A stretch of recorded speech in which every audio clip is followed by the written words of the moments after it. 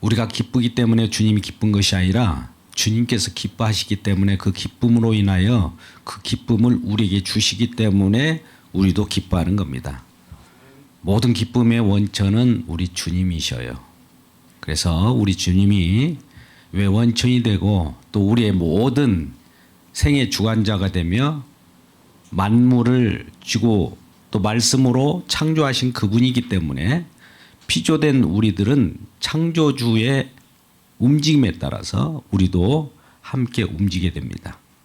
또 그분이 우리를 구원하셨고 예수 안에서 생명을 주셨기 때문에 그분의 말씀이 생명의 말씀이요. 또 우리는 그 말씀을 받고 말씀을 먹고 마심으로 우리도 생명의 삶을 살게 되는 겁니다.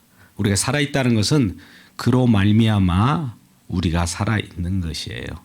모든 원천은 우리 주님께 영광을 돌리고 그분을 인하여 기뻐하는 우리 모두가 되기를 주의 이름으로 축복합니다. 할렐루야. 오늘 성육신의 모습이라는 말씀으로 함께 은혜 받고자 합니다. 여러분, 성육신이라고 하는 것은 하나님이 이 땅에 오심이에요. 근데 오늘 본문의 말씀 보니까 1장 14절에 말씀이 육신이 되어 우리 가운데 거하심에 이렇게 말씀합니다. 말씀, 이 세상을 창조 전부터 말씀이 계셨어요. 태초에 말씀이 계시니라. 이 말씀이 하나님과 함께 계셨으니 이 말씀은 곧 하나님이시라. 말씀이 먼저 계시고 이 세상이 창조되었고 창조된 세계 속에 말씀이 육신되어서 말씀이 사람이 되어서 오셨다 이 말입니다. 이 내용을 성육신 혹은 인카네이션이라고 하죠. 하나님이 인간으로 오신 거예요. 창조하신 창조주가 창조 속으로 뚫고 들어온 내용입니다. 말씀, 우리는 말씀을 듣고 말씀에 대해서 우리가 알고 있습니다. 그 말씀은 생명의 말씀이에요. 그냥 말씀이 아니에요. 살리는 말씀이라 이거죠. 그 말씀은 빛입니다. 빛이라는 것은 어둠을 비출 때 어둠이 드러나고 빛이 생명으로 나타납니다. 그 말씀은 우리에게 임하는 말씀이에요. 추상적으로 그냥 말씀이 있었다가 아니라 우리와 관계 속에서의 임하는 말씀이기에 그 말씀이 소중합니다. 근데 말씀이라고 하는 어떤 추상적인 것이 이제 구체적으로 육신으로 사람으로 사람의 모습으로 온 거예요. 어떻게 보면 신비적인 것이죠. 어떻게 말씀이 우리 가운데 갈 수 있습니까? 이것은 마치 이런 거예요. 어떤 어린아이들이 무슨 잘못을 해요. 사고 쳐가지고 어떤 큰 고귀한 것들을 깨뜨렸다든지 문제를 일으켰을 때 그 스스로 그것을 해결할 수 있는 길이 없는 거예요. 아이로서는 도저히 해결책이 없는 겁니다. 어떠한 수단과 방법을 써도 그걸 해결할 길이 없어서 부모님이 그걸 알고 계신 거죠. 그래서 그 일을 부모 입장에서 해결하시기 위하여 아이들 품으로 아이들 곁으로 온 거예요. 그분은 높으신 분인데 부모님은 높잖아요. 아이에 비해서. 그 마음을 품고 아이의 입장으로 눈높이를 맞춰서 낮은 자리로 오신 거예요. 하나님은 거룩하신 분입니다. 우리 인간들은 아무리 선한 행위를 한다 할지라도 이 세상에 슬픔이 있고 어려움이 있는 것을 보아서 우리는 거룩할 수 없어요. 거룩한 분이 속된 이 세상에 올 때에는 어떤 일이 벌어질까요? 거룩하신 분이 속된 저와 여러분의 모습으로 올 수밖에 없어요. 그러면 그분은 속된 분이냐? 아니죠. 거룩한 분이 죄는 없으시고 있는 죄가 없으시나 사람의 모습으로 오신 거죠. 그분은 본래 하나님이신데 그 종의 모습으로 인간에게 온 거예요. 왜 인간에게 오셨을까요? 아까 같이 아이가 어떤 문제를 사고를 쳤습니다. 스스로 해결할 수 없어요. 절대적으로. 그 문제를 해결하기 위하여 오신 겁니다. 그렇다면 이 문제 있는 이 세상은 사고가 있는 세상이지 않겠습니까? 어둠인 세상이지 않습니까? 빛이 온다는 것은 어둠을 비추기 위해서 온 거예요. 또 생명 대신 그분이 오신다는 것은 생명이 없는 곳에 온 거예요. 그러니까 이 세상은 어둠과 생명이 없는 죽음의 세상 속에 진정한 생명을 주시려고 오셨다 이거예요. 이 얼마나 기쁜 소식입니까? 죽음 가운데 있는 저와 여러분을 살리기 위하여 오셨다는 것은 큰 기쁨인 것이죠. 그래서 말씀이 육신되어 우리 가운데 거하심에 그는 종의 형체로 우리 가운데 거하십니다. 빌립보서 2장 7절 말씀 보면 그는 본래 하나님이셨는데 사람과 같이 되셨다. 왜 이렇게 되셨나? 8절 말씀 보니까 우리를 위하여 하나님께 복종하고 또 죽기까지 종의 형체로 이 땅에 오셔서 무엇인가 일을 하기 위하여 오신 거예요. 그 일이 궁극적으로는 십자가의 죽으심입니다. 죽으심으로 저와 여러분이 망가뜨렸던 어떤 일을 그르쳤던 것 때문에 대가가 있는데 그 대가는 죽음이에요.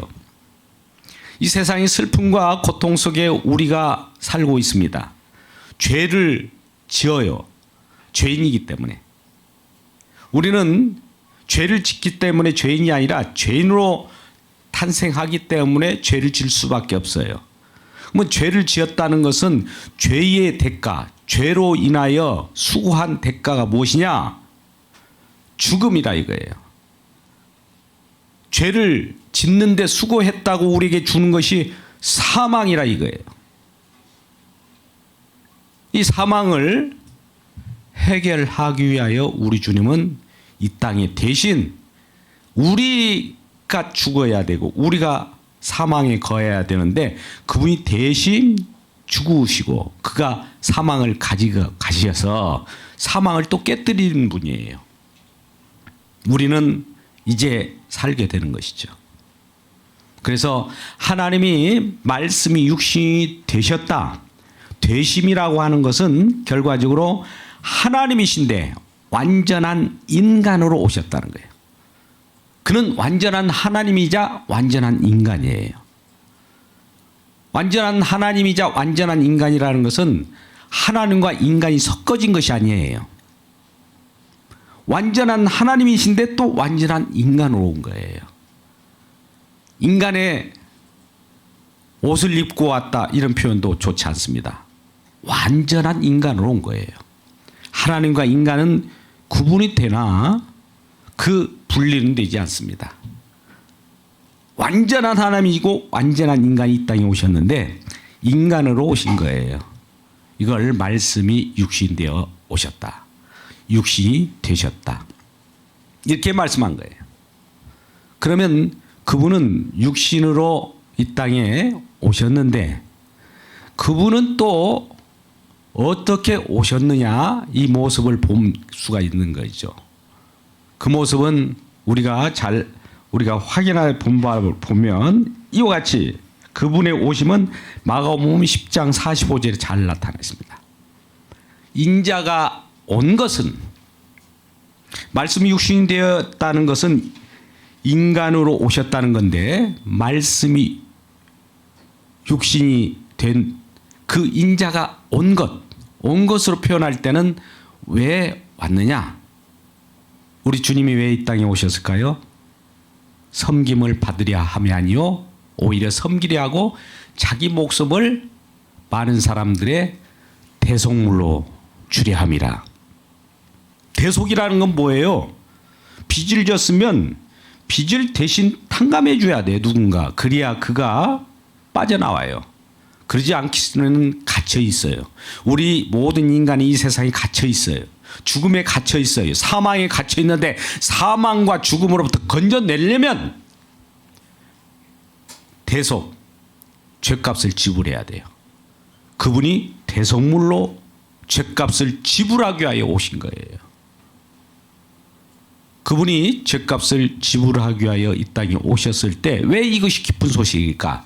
우리는 사망, 죽음 속에 있는데 대신 갚으러 오셨기 때문에 우리에겐 기쁜 소식인 거예요. 인자가 온 것은 그래서 섬김을 받으려 하며 자기 목숨을 대속물로 주려 함이라. 특별히 오늘 우리는 요한복음을 말씀을 보고 있습니다만 같은 병행 구절로 기쁘다 구주 오셨네. 누가복음 2장 16절 말씀 보면 그가 이 땅에 오실 때 탄생할 때 짐승의 마구간에 탄생했습니다. 많은 사람들이 그 탄생을 보고 그 곳에 가서 보니까 마리아와 요셉과 구유의 누인 아이를 보았다. 여러분 구유라는 건 뭡니까? 구유의 누인. 우리가 찬양에 냈지 않습니까? 아까 구유에 누였다는 건 뭡니까? 짐승의 먹이통이에요. 구유 먹이통에 아기가 누인 거예요. 아니 왕궁에 혹은 좋은 자리에 높은 자리에 따뜻한 곳에 누일 수도 있는데 어찌 그 낮은 자리에서도 그 먹이통에 놓였냐 이 말이에요. 먹이통에 놓여 있다는 것은 뭘 상징합니까? 짐승과 같은 우리의 먹이가 되기 위하여 이 땅에 오셨다 이 말입니다. 그러면 짐승들은 그 먹이를 예수 그리스도라고 하는 희생물 그거를 생명의 양식으로 먹고 그 살과 피를 먹고 마심으로 우리가 나음을 입고 또 생명을 얻는 존재가 됐다 이거예요. 이건 구약 성경에 미리 예고됐고 예언된 내용입니다. 우리가 잘 아는 이사야 53장 말씀을 잘 알지 않습니까? 그가 흠모할 만한 것도 없는데 우리의 허물과 죄를 대신 지기 위하여 또 그가 채찍에 맞음으로 우리가 남게 하기 위하여 그는 올 수밖에 없는 거예요. 우리의 먹이로서 우리의 생명의 양식으로서 구유에 누인 그 짐승과 같은 우리의 먹잇감이 되기 위해서 오셨다 이거예요. 이런 모습으로 오셨다. 처음에는 되셨다. 지금 오셨다. 그러면 이분은 어떻게 나셨는가? 나신 모습으로 우리가 알게 되죠. 우리는 병행 구조로 마태복음 1장 21절을 보게 됩니다. 마태복음 1장 21절의 말씀 보니까 어떻게 그분은 오셨을까요? 한번 읽겠습니다. 아들을 낳으리니 이름을 예수라 하라. 이는 자기 백성을 그들의 죄에서 구원할 자심이라. 자, 나셨다예요. 나셨다. 어떻게 나셨다고요? 아들로. 하나님의 아들인데 사람의 아들로 난 거예요. 사람으로 난 거예요. 그 난 모습을 보니까 우리 그 이름을 예수란다. 이름을 지어줬는데 예수라는 이름으로 지어진 거예요. 예수라는 뜻이 뭡니까? 자기 백성을 저희 죄에서 어떻게 한다고요?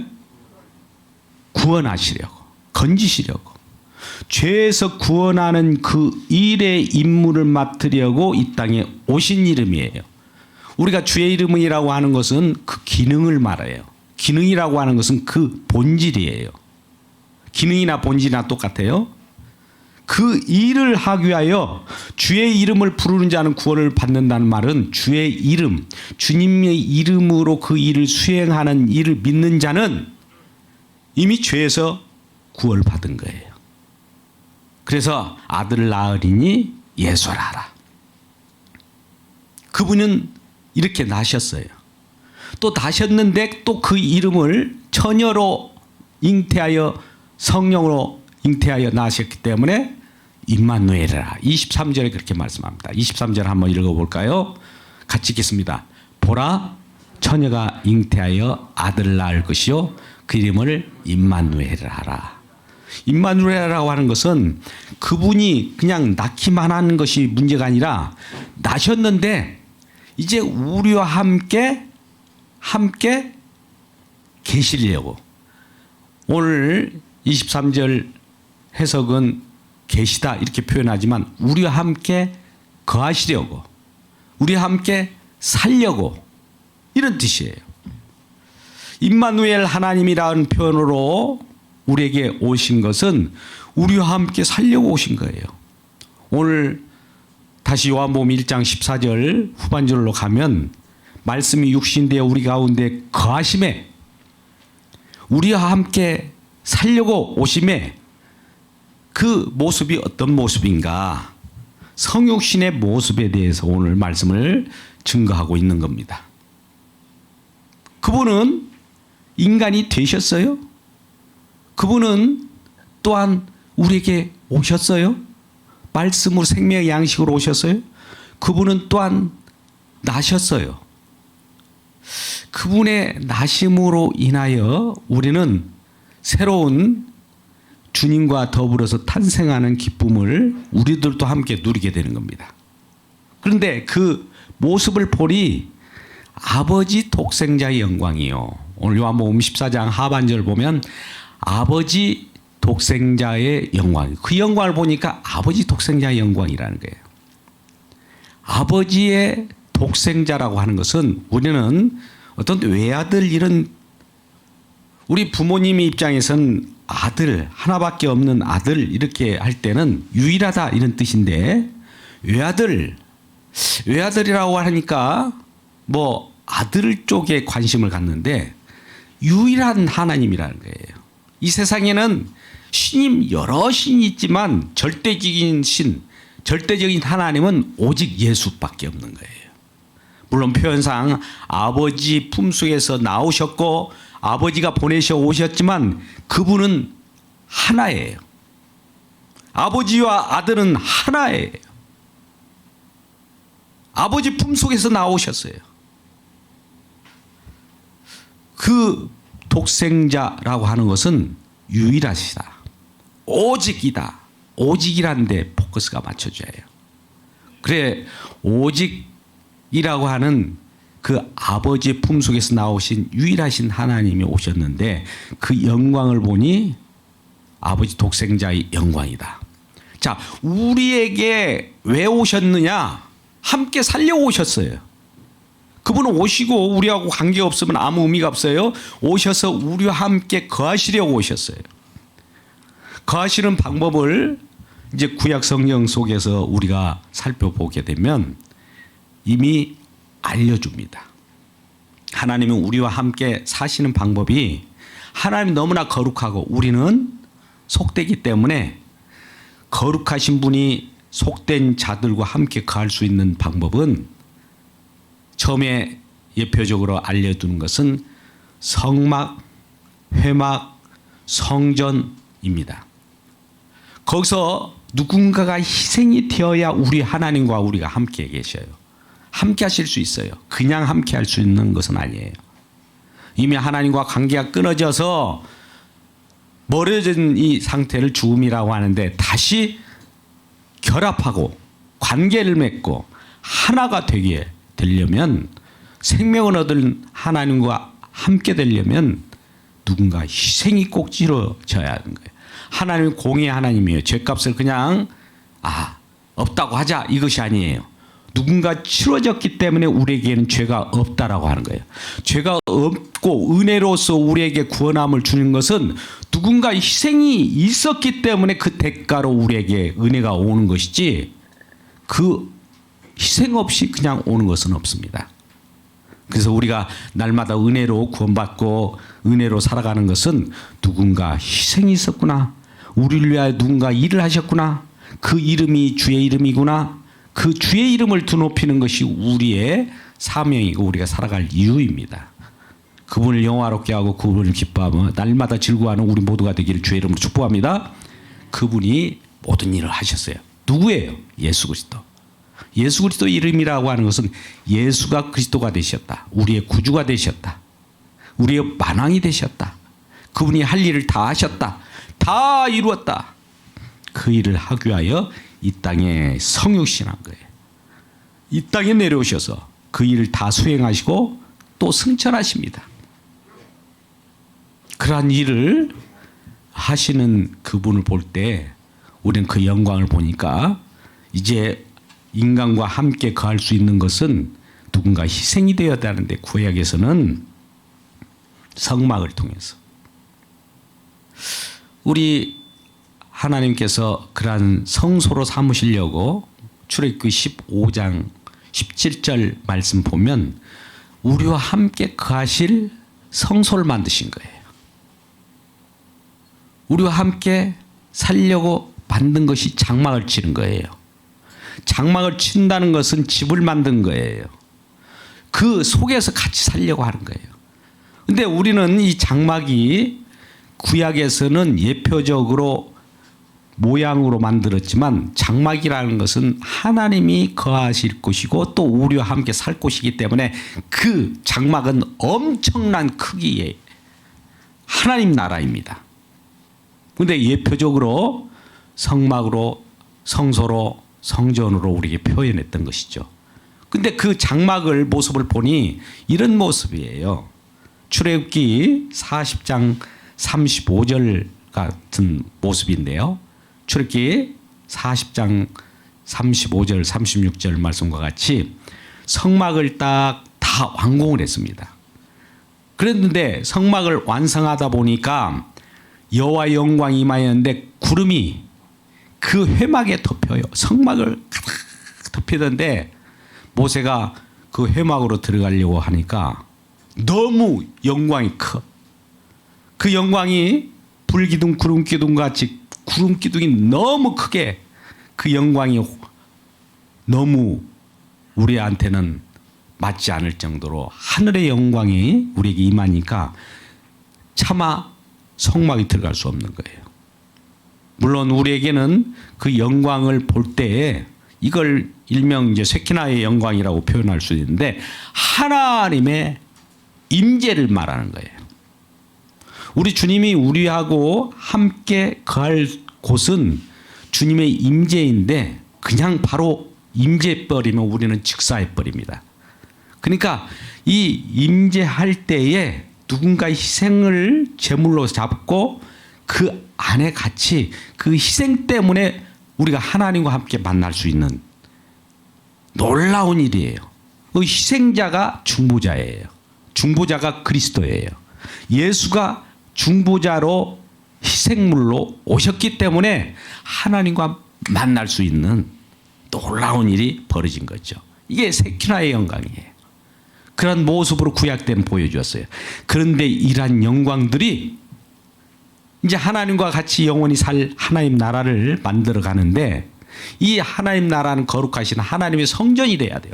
하나님 거룩하신 분이기 때문에 우리 인간들처럼 속된 그런 하나님 나라를 만들지 않습니다. 그 나라는 예수님의 핏뿌림으로 십자가를 지심으로 만들어내신 거예요. 그래서 그 나라에 들어가는 자는 다 예수 그리스도의 핏뿌림을 받고 그것을 믿고 주님과 함께 동행할 때 주님과 함께 죽고 함께 살아나는 자 일명 성령 세례를 받을 때 주님의 품 안으로 들어가게 되는 것입니다. 그 영광이 얼마나 큰지 우리는 가늠해 볼 수 없지만 그래도 그 영광은 너무 커서 정말 우리가 그 속에 거할 때마다 우리 주님의 기쁨이 넘치고 주님이 기쁜 그 영광이기 때문에 우리들에게도 영광이 되는 거예요. 하늘에는 영광이요 이 땅에서는 평화라고 하는 것은 하늘의 영광이 되기 때문에 이 땅에 왜 슬픔 많은 사람들과 함께 서로 경쟁하며 서로를 미워하고 시기 질투했던 이 원수된 관계가 평화가 되는 거예요. 하늘에서 이미 뭔가 영광이 되었기 때문에 이 땅에서도 영광이 임하는 모습은 평화입니다. 하나가 되는 거예요. 결합이 되는 거예요. 우리는 서로 가족 간에도 하나가 되지 못하는 부분이 있다면 주님의 영광을 보시고 주님의 임재 가운데 갈 때 주님께서 하나로 만들어 주시는 십자가의 놀라운 그 주님께서 이 일을 하시기 위하여 이 땅에 오셨다는 사실을 기억하고 그 영광에 충실하는 우리 모두가 되기를 주의 이름으로 축복합니다. 마지막으로 오늘 본문의 1장 18절 말씀 보면 이런 말씀이 있습니다. 1장 18절 말씀을 제가 읽겠습니다. 본래 하나님을 본 사람은 없으되 아버지 품속에 있는 독생하신 하나님이 나타내셨느니라. 아버지 품속에서 계신 예수가 우리에게 나타났으니 이 나타내시는 것을 우리가 보았다 이거죠. 계시를 우리가 알게 되었다는 거예요. 이거 알게 된 것은 물론 우리 주님께서 승천하셔서 성령을 보내심으로 그것을 알게 되었는데 그 알게 된 거 보니까 아버지의 품속에서 나오신 독생자라는 것을 알게 되었고 은혜와 진리가 그 속에는 충만하더라. 여호와 영광이 나타나는데 그 속에 영광이 구름 같은 쇠키나의 영광 속에 들여다보니까 거기에는 은혜와 진리가 충만한 거예요. 영광 속에는 은혜가 충만합니다. 영광을 보면 진리가 충만해요. 그러니까 항상 우리는 진리 안에 거한다, 은혜 안에 거한다고 할 때는 여호와의 임재가 임할 때만 가능한 겁니다. 그래서 우리 주님께서 이 땅에 오신 것은 저와 여러분의 허물과 죄를 대신 대속물로 갚아주시고 그분이 대속물이 되셔서 우리의 죄악을 가져갔기 때문에 또 사망 권세를 십자가에서 깨뜨렸기 때문에 우리에게는 새로운 생명이 우리에게 주어졌고 또 그러한 주어진 우리 생명을 얻은 저와 여러분은 하나님의 영광에 참여할 수 있고 주님과 함께 생명의 양식을 먹고 마시면서 영원토록 주님의 놀라운 사랑 가운데 우리 주님과 영원히 거하는 하나님 나라 백성이 되었다는 이 사실을 알리기 때문에 이 소식이 기쁜 소식이요 우리에게는 즐거운 소식인 겁니다. 이러한 즐거운 우리 주님을 모신 기쁨 속에서 오늘 또 예배하고 있다는 사실을 기뻐하시는 우리 모두가 되기를 주의 이름으로 축복합니다. 옆분과 함께 인사합니다. 우리 주님이 임재하십니다. 인사합니다. 우리 주님이 임재하십니다. 네, 할렐루야. 우리 주님께서 우리 자신을 처소로 삼으셨어요.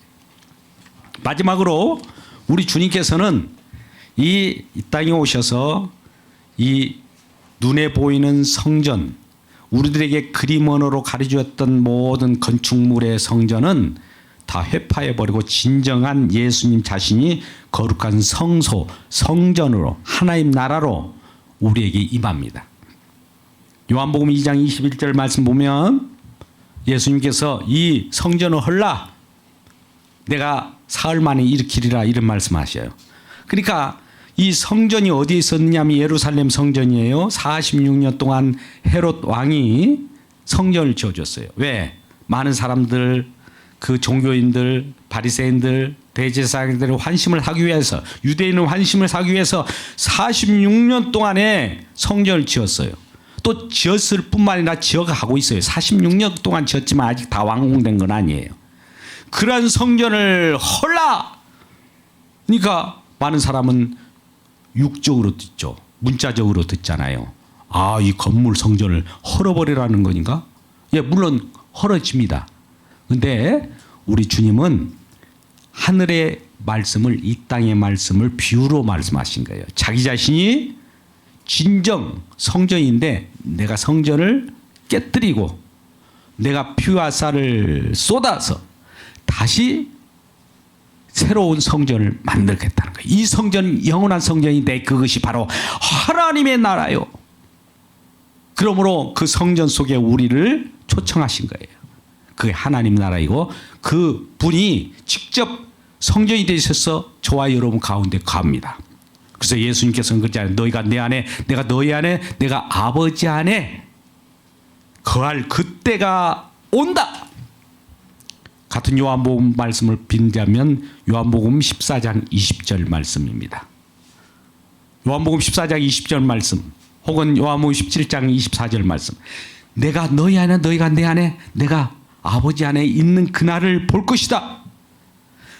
성령 안에 성전 안에 우리 모두 예수님과 아버지와 저와 여러분이 함께 거하는 나라, 그 하나님의 나라 성전 되었으므로 저와 여러분 이미 우리 마음 가운데 하나님의 성령이 거하심으로 우리가 하나님의 성전이 되고 예수님이 성전으로서 우리 가운데 거하시는 놀라운 이러한 특별한 기쁜 날입니다. 이러한 성전이 되었기 때문에 우리 모두는 이제는 영원한 거룩한 하나님의 성전 속에서 거룩한 뜻을 좇아 영원히 우리 주님과 함께 거룩한 백성으로 살아가는 우리 모두가 되기를 주님의 이름으로 축복합니다.